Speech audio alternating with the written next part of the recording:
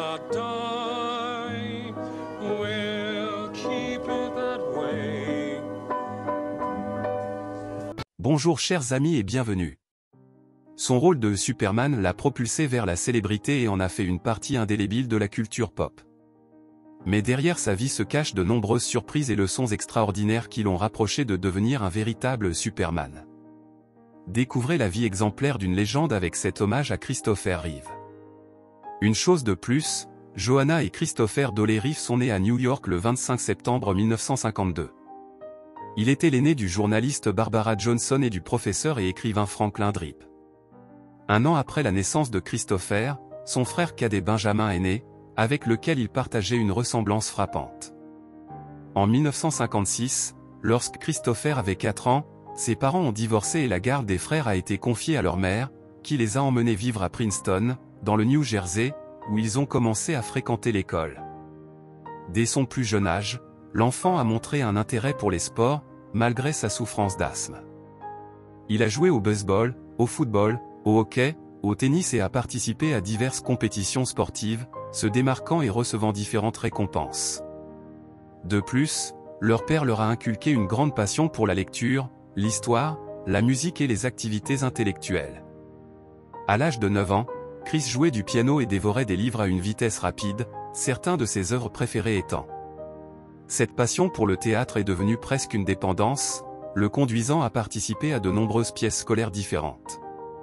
Il faisait également partie de la chorale de l'école et était l'assistant du chef d'orchestre.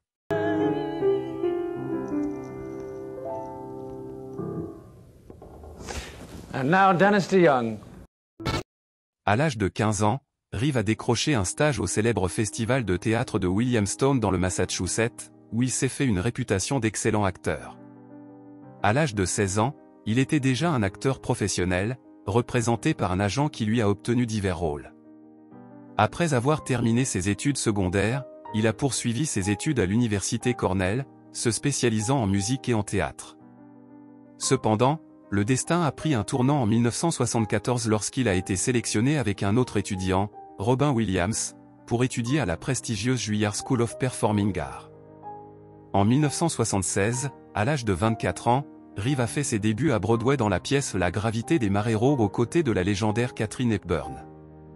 Il a également fait de courtes apparitions à la télévision dans la série A Love of Life. Plus tard cette année-là, il est allé à Los Angeles, où son physique séduisant et ses compétences d'acteur lui ont valu un petit rôle dans le film d'aventure Alerte Rouge, Neptune 5, avec Charlton Heston. Cela marqua ses débuts sur grand écran. Au début de 1977, Christopher a appris les auditions pour un film Superman et a décidé de tenter sa chance. Pour correspondre au personnage de bande dessinée, il a teint ses cheveux blonds bruns naturels en noir et porté des lunettes. Les auditions se sont bien passées, et même si les producteurs étaient initialement hésitants en raison de sa silhouette élancée, le réalisateur Richard Donner voulait un acteur inconnu pour le rôle. Finalement, Christopher Reeve a été choisi pour incarner Superman. Le bodybuilder britannique David Prowse, qui a physiquement joué Dark Vador dans Star Wars en 1977, a été sélectionné pour entraîner Reeve, qui a commencé à faire de l'exercice et à manger jusqu'à 6 repas par jour pour gagner 18 kg de muscles purs pour le rôle. Reeve n'était pas seulement un grand acteur, mais aussi un athlète doué, excellent en natation, en pilotage, en hockey et en équitation. De plus, il mesurait une impressionnante taille de 1,93 m et avait une apparence saine et séduisante. Toutes ces qualités semblaient avoir été faites sur mesure pour son rôle de Superman avec sa politique de non-violence et son comportement distingué, ajoutant de la crédibilité au personnage. Le film a été présenté en décembre 1978 avec un budget de 55 millions de dollars, ce qui en a fait le film le plus cher jamais réalisé à l'époque. Il a connu un grand succès financier et critique, rapportant plus de 300 millions de dollars, et ses techniques pionnières d'effets spéciaux ont marqué le début de l'ère des films de super-héros. La performance de Christopher a été acclamée, et on a beaucoup parlé de son immense attrait physique. Les femmes en étaient folles et les hommes l'admiraient. Du jour au lendemain, Reeve est devenu l'une des stars de cinéma les plus célèbres au monde. Pendant le tournage de Superman, Tripp a rencontré l'agent de mannequin britannique Gay Stone, et ils ont entamé une relation amoureuse. Ils ont eu 2 enfants ensemble, Matthew, né en 1979, et Alexandra, né en 1983. Récemment, le personnage de Superman a connu un renouveau avec plusieurs films mettant en vedette l'acteur britannique Henry Cavill, qui a fait un excellent travail avec le personnage. Quel est votre avis sur le nouveau Superman, et qui choisiriez-vous comme le meilleur de l'histoire? Après The Superman, Christopher Reeve a joué dans Quelque part dans le temps en 1980, une histoire d'amour avec des éléments de science-fiction, aux côtés de Jane Seymour. Ils sont devenus très proches pendant le tournage, et l'un de leurs enfants a même été baptisé Christopher en l'honneur de l'acteur. Love will not die, we'll keep it that way. En 1981, le succès international est revenu avec Superman 2, qui a également reçu un accueil chaleureux malgré d'importants problèmes de production, notamment un changement de réalisateur. De 1982 à 1987, Christopher Reeve a continué à travailler au théâtre et a participé à divers films, dont Le Piège mortel en 1982, Superman 3 en 1983, Les Bostoniennes en 1984, Anna Karenine en 1985 et Superman 4 en 1987. Au début de 1987, Reeve s'est séparé de Gay de manière amicale. Bien qu'ils n'aient pas été légalement mariés, ils ont convenu de partager la garde de leurs enfants. Le 30 juin 1987, Christopher assista à un cabaret à Williamstown, dans le Massachusetts, lors d'un festival de théâtre, et il fut captivé par l'une des actrices nommée Dana Morosino. Malgré son désintérêt initial, Christopher persista, affichant charme et romantisme, remportant finalement le cœur de Dan. 4 mois plus tard, ils emménagèrent ensemble, et en 1992, Christopher et Dana se marièrent, accueillant leur fils William Elliot dans le monde la même année.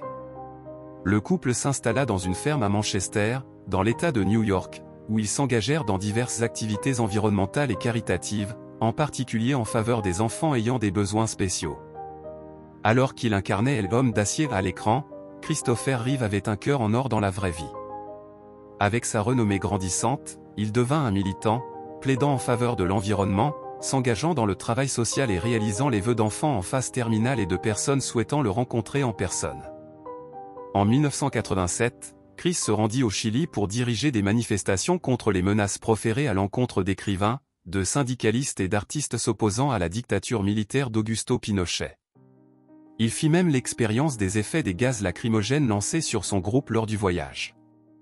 En 1989, il s'associa à d'autres artistes tels que Suzanne Sarandon, Glenn Close, Alec Baldwin et Ron Silver pour fonder la Creative Coalition, un groupe d'artistes aidant les moins fortunés et soutenant des initiatives culturelles et écologiques.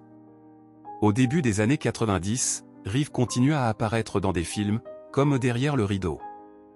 L'acteur était très polyvalent, et une de ses grandes passions était la musique.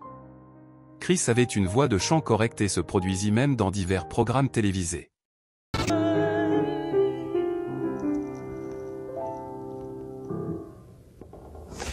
And now Dennis DeYoung.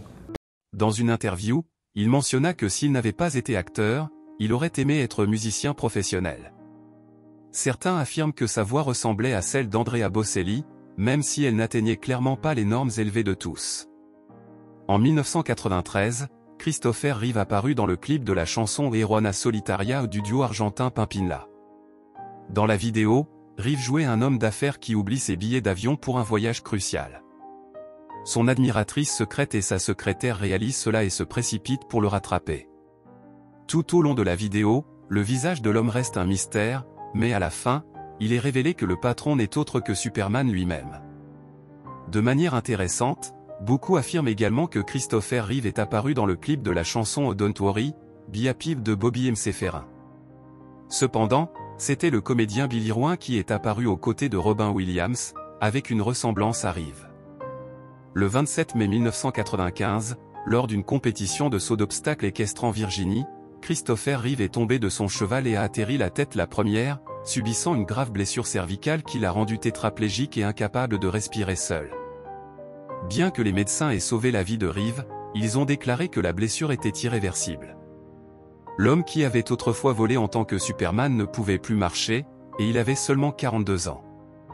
Reeve passa 6 mois à l'Institut de réadaptation Kessler dans le New Jersey, et Dana transforma leur domicile pour s'adapter à sa nouvelle réalité. Initialement, à son réveil et en réalisant la route difficile qui l'attendait, Christopher suggéra à sa femme Dana de le quitter et de refaire sa vie. Cependant, sa réponse fut exemplaire alors qu'elle le rassura en lui assurant qu'elle resterait à ses côtés, l'aimant toujours pour ce qu'il était. Malgré le soutien de sa famille, l'acteur sombra dans une profonde dépression. Son ami de longue date, le comédien Robin Williams, joua un rôle crucial pour l'en sortir. Après avoir vu une interview où Christopher exprimait une perte de volonté de vivre, Williams décida d'agir. Déguisé en son personnage du film 9 mois, le Dr Kozvich, Williams se déguisa et surprit Reeve dans sa chambre d'hôpital. Cette visite de son vieil ami aida Reeve à voir que les choses finiraient par s'améliorer. Avec le temps, Dana abandonna entièrement sa carrière d'actrice pour s'occuper de son mari. En exploitant l'intérêt international pour la santé de Christopher, elle fonda la Christopher Reeve Foundation for Spinal Cord Injury Research. La fondation reçut des contributions et un soutien du monde entier, et de nombreux scientifiques et médecins offrirent leur aide. Dana gagna le respect et l'admiration mondiaux pour son dévouement désintéressé envers son mari et la fondation. Grâce à elle, Reeve retrouva une stabilité émotionnelle, reprit ses activités publiques et retourna même à la comédie dans les films et à la télévision. Son parcours fut difficile, et il réussit à récupérer modestement des mouvements de ses membres, étonnant beaucoup par son courage et sa ténacité. À travers le rire, Reeve trouva la force d'utiliser sa tragédie pour aider les autres. Après avoir affronté cet événement dévastateur qui changea sa vie, il devint un phare d'espoir et d'inspiration pour d'innombrables personnes, utilisant sa notoriété pour sensibiliser à la recherche sur les lésions de la moelle épinière et soutenir la cause de la récupération de la paralysie. Beaucoup affirmaient que Reeves était vraiment devenu Superman, un surhomme.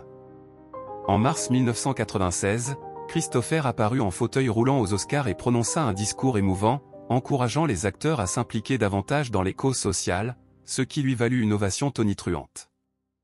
En 1997, 2 ans après son accident, Reeves fit ses débuts en tant que réalisateur avec le téléfilm Au crépuscule. La même année, il reçut son étoile sur le Hollywood Walk of Fame. En 1998, il joua dans le téléfilm Fenêtre sur courbe et fit des apparitions dans Sesame Street et The Practice. Il publia son autobiographie intitulée Toujours, mon toujours moi, qui connut un excellent succès de vente, et l'audiolivre remporta même un Grammy.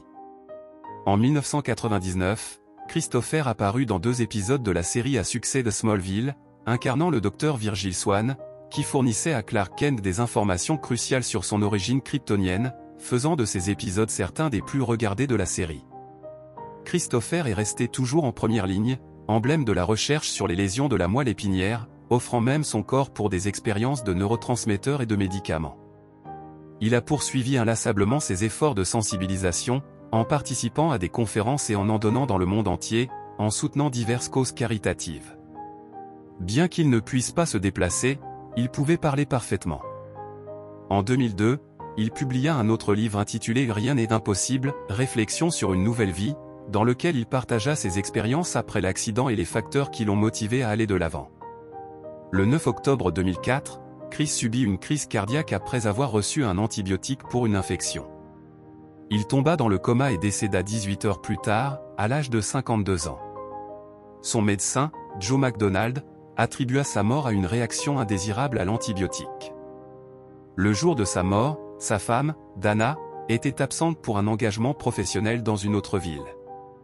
En entendant la nouvelle, elle se précipita à l'hôpital avec l'aide de la femme de Robin Williams, arrivant juste à temps pour être auprès de Christopher pendant ses derniers moments. Après sa mort, Dana prit la présidence de la fondation et continua de travailler sans relâche. Cependant, 1 an plus tard, on lui diagnostiqua une tumeur maligne au poumon, et elle décéda 17 mois plus tard en mars 2006, malgré le fait de ne pas avoir été fumeuse. Tout au long de sa carrière, Christopher Reeve apparut dans environ 17 longs métrages, une douzaine de téléfilms et plus de 150 productions théâtrales. Il a laissé un héritage énorme qui continue d'inspirer et de divertir. Mais, plus important encore, il incarnait l'amour et la compassion envers les autres, touchant le cœur de milliers de personnes et leur montrant que la vie peut continuer même après une blessure débilitante. De son vivant, il a aidé d'innombrables personnes, les guidant vers une vie plus heureuse, et cela pourrait être sa contribution la plus durable, faisant de lui véritablement un surhomme. Eh bien, chers amis, Ceci a été un hommage à Christopher Reeve. Laissez-nous un commentaire avec vos réflexions sur ce légendaire acteur et s'il vous plaît, abonnez-vous à notre chaîne. À bientôt dans une autre vidéo. Love will not die.